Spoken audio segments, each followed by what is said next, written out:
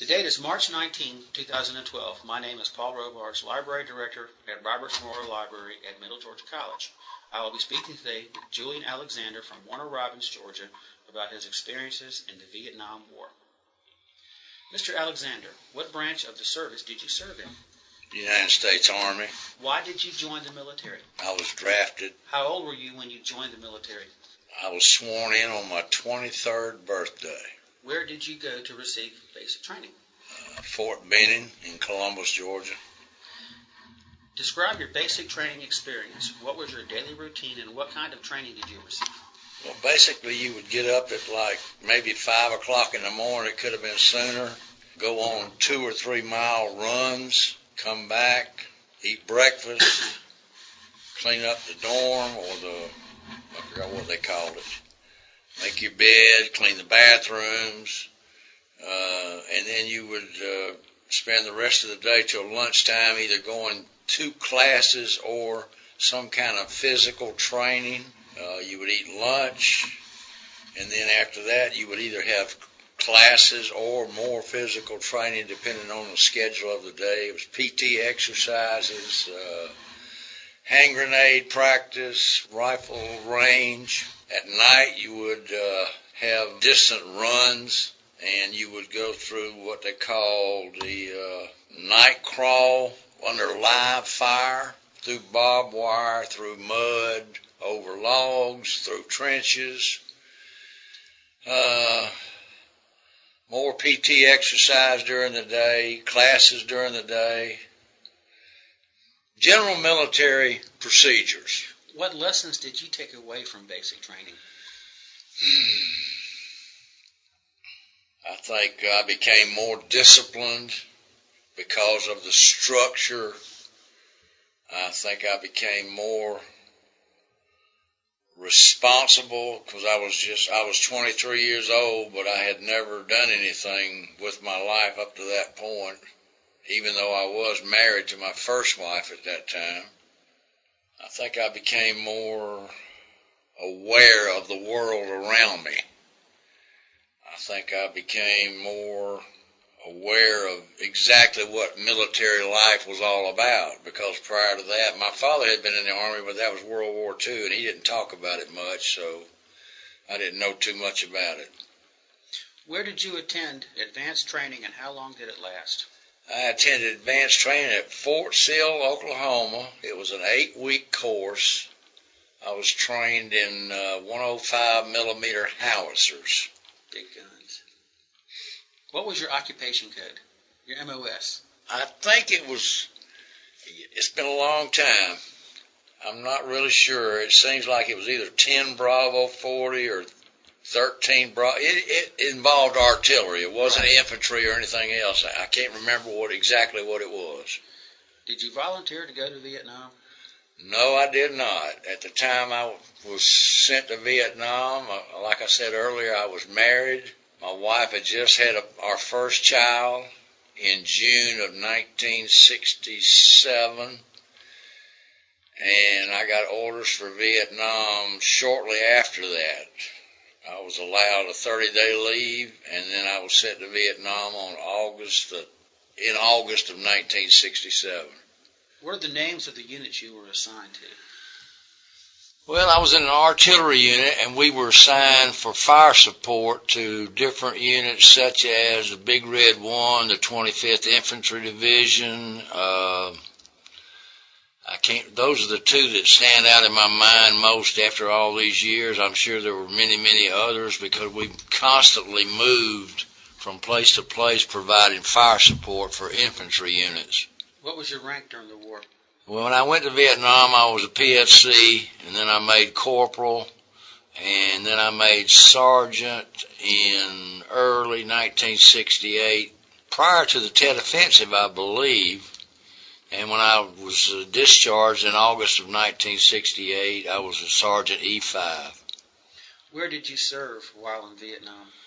Well, mostly in the southern part of the country. Swan Lock was the main place I remember. We spent several occasions at that place. The base camp was a place called Bearcat. I don't remember exactly where it was located, probably near Benoit, but I was only there when I came into country and when I left country. Which campaigns or engagements were you involved in? Well, it was, like I said earlier, it was constant fire support for infantry units, and then the biggest campaign was the Tet Offensive of 1968. Could you tell us about your encounters with the enemy? Well, being an artillery unit, you're normally in the rear echelon doing fire support for the infantry units that are right up there in the mix of things, but on several occasions we would encounter the enemy and have small skirmishes. The biggest one we had, of course, like I mentioned earlier, was the Tet Offensive 1968, where the enemy was right within the perimeter of our camp, and we were firing not the normal 5 or 6 or 7 miles for support. We were firing point blank range at them, coming through the barbed wire and over the bunkers and everything else. Hand-to-hand combat. Describe the bravest action you witnessed during the war. That would be the Tet Offensive of 1968. And I think I basically just described that as far as the enemy being close enough for hand-to-hand combat. What is your evaluation of American leadership in Vietnam and of your immediate commanders in the field?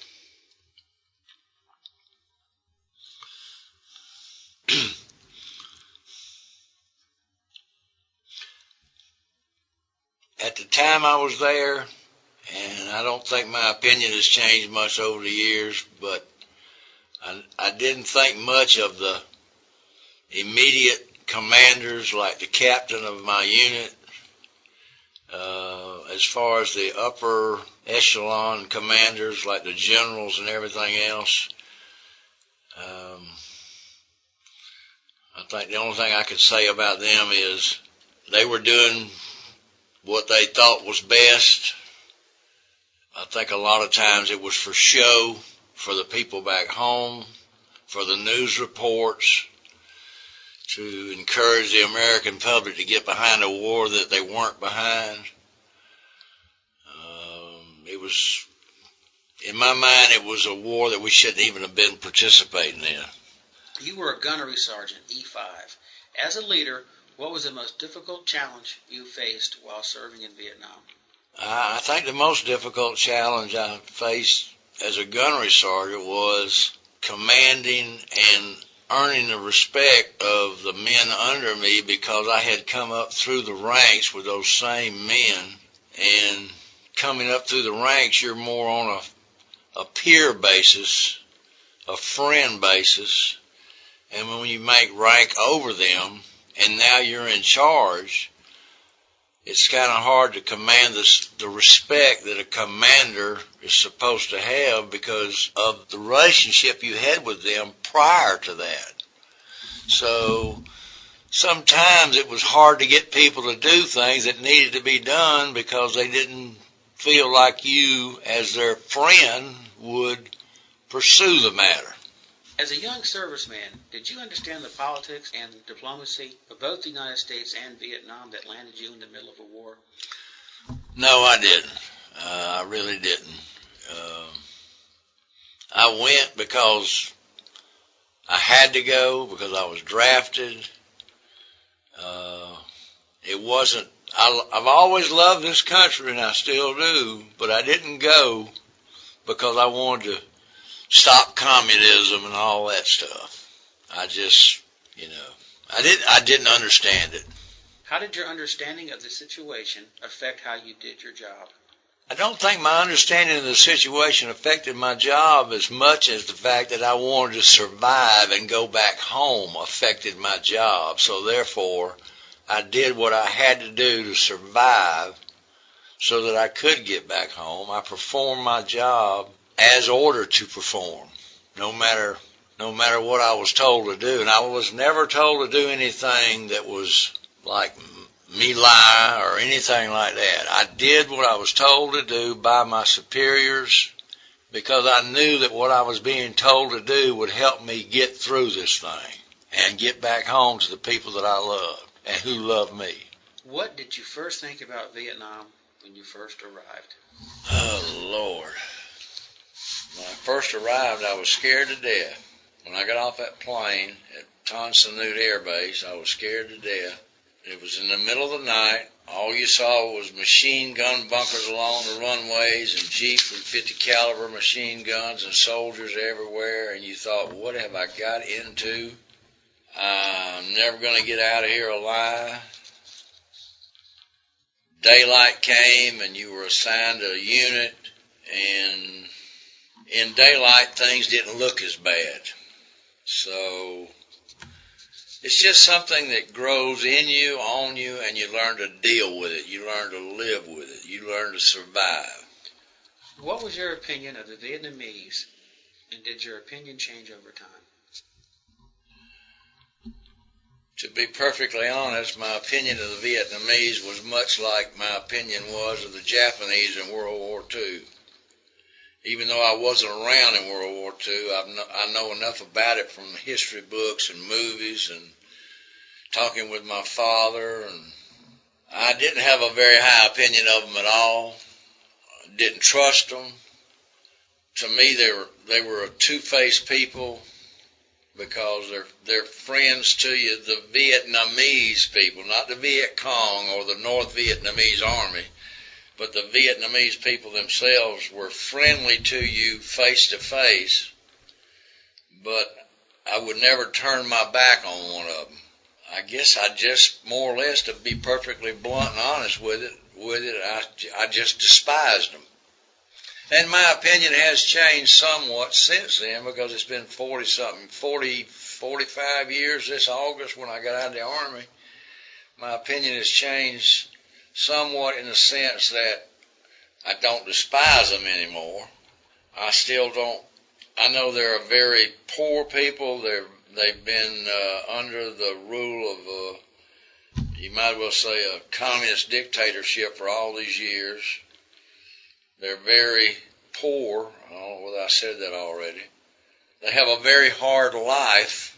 Being an American, being born and raised in this country and growing up in this country, I appreciate everything I've got, everything I've had, and everything I may have in the future, whereas they don't have, compared to us, they don't have anything.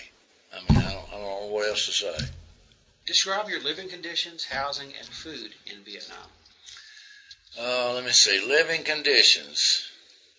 First night, first day at base camp, you were in a big tent with cots, outdoor latrines, outdoor showers. Of course, now, let me just back up a minute and say I experienced the same thing at Fort Sill, Oklahoma. The latrines were outdoors. I was there in the wintertime. There was snow on the ground, and to go to the latrine or take a shower, you had to go like 100 yards in the snow and the cold to the showers or the latrines, then back to the dorm. But back to Vietnam, once I got to my unit, which was Charlie Battery, 7th Battalion, 9th Artillery, we were mainly moving from place to place, sometimes on a daily basis, sometimes on a weekly basis, so we did not have permanent housing. We slept in bunkers built in the ground made out of sandbags and empty ammo boxes filled with sand, and you slept on your poncho or anything you had to lay on the ground. You didn't have bunks or cots.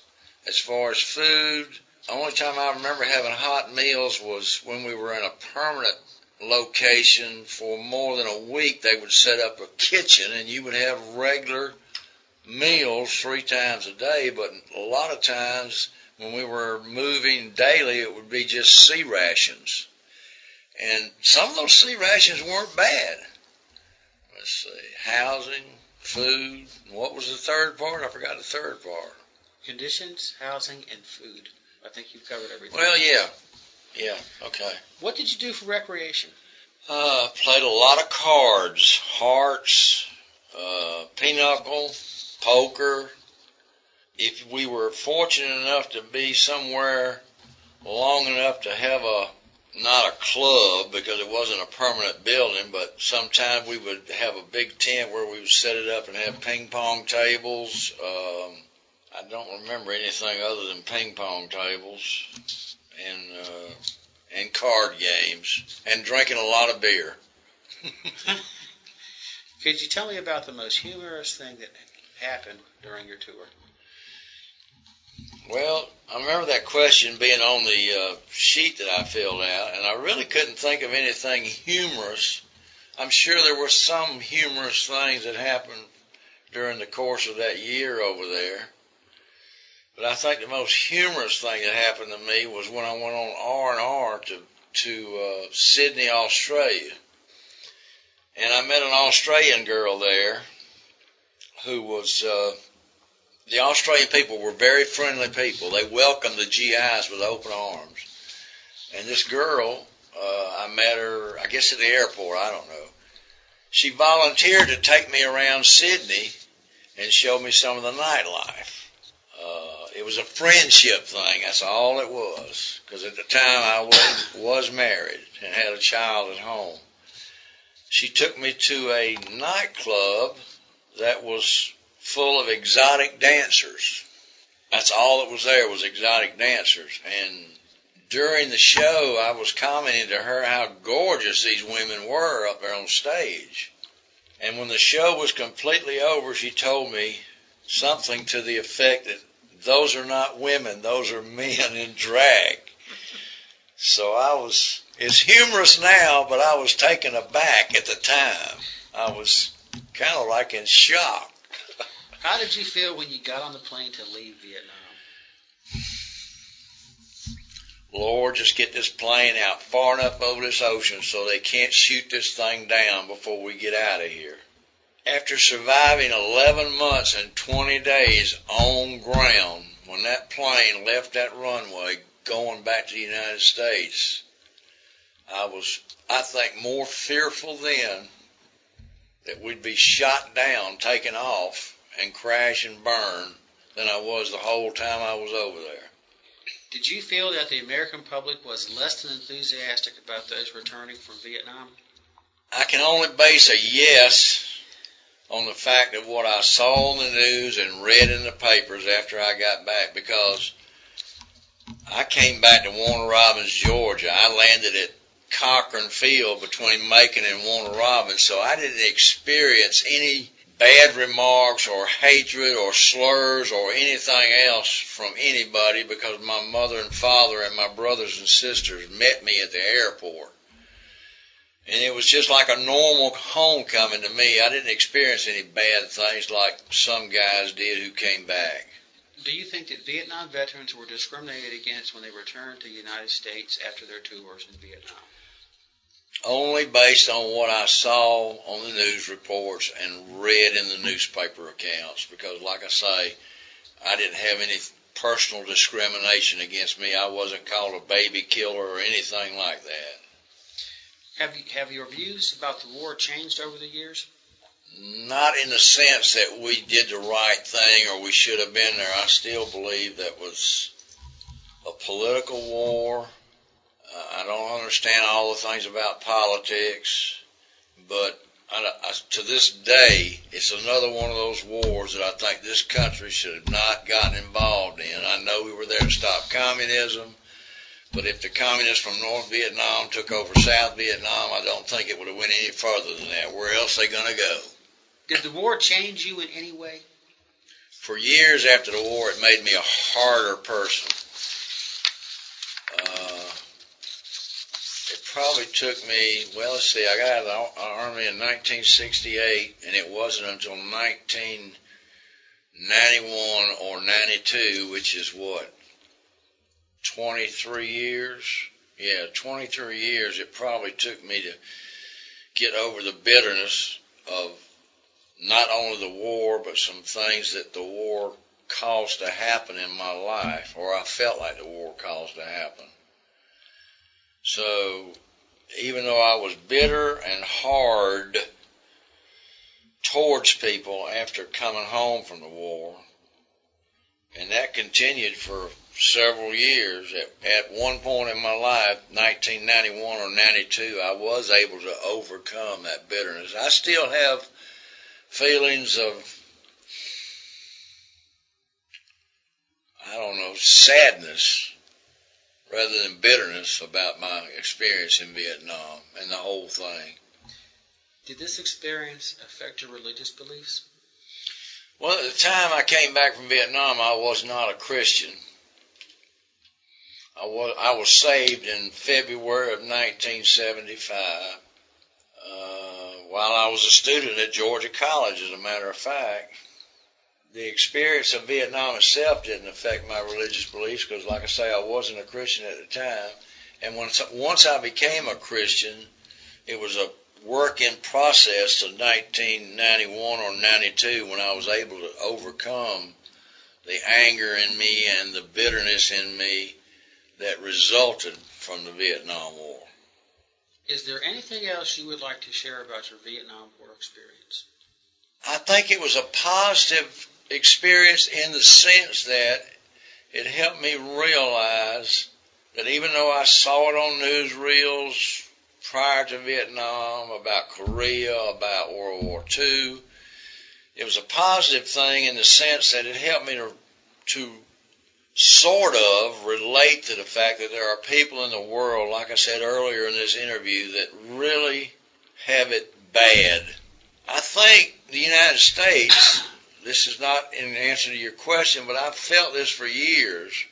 I think the United States would do well to do like Israel does and require their young people to serve a minimum of 2 years in the military. I think that is a requirement in Israel, not only for boys but for girls. It would help them gain an experience to appreciate what they got in this country. Because this generation right now is the most unappreciative generation this country has ever had. And unless something happens to change it, it's only going to get worse.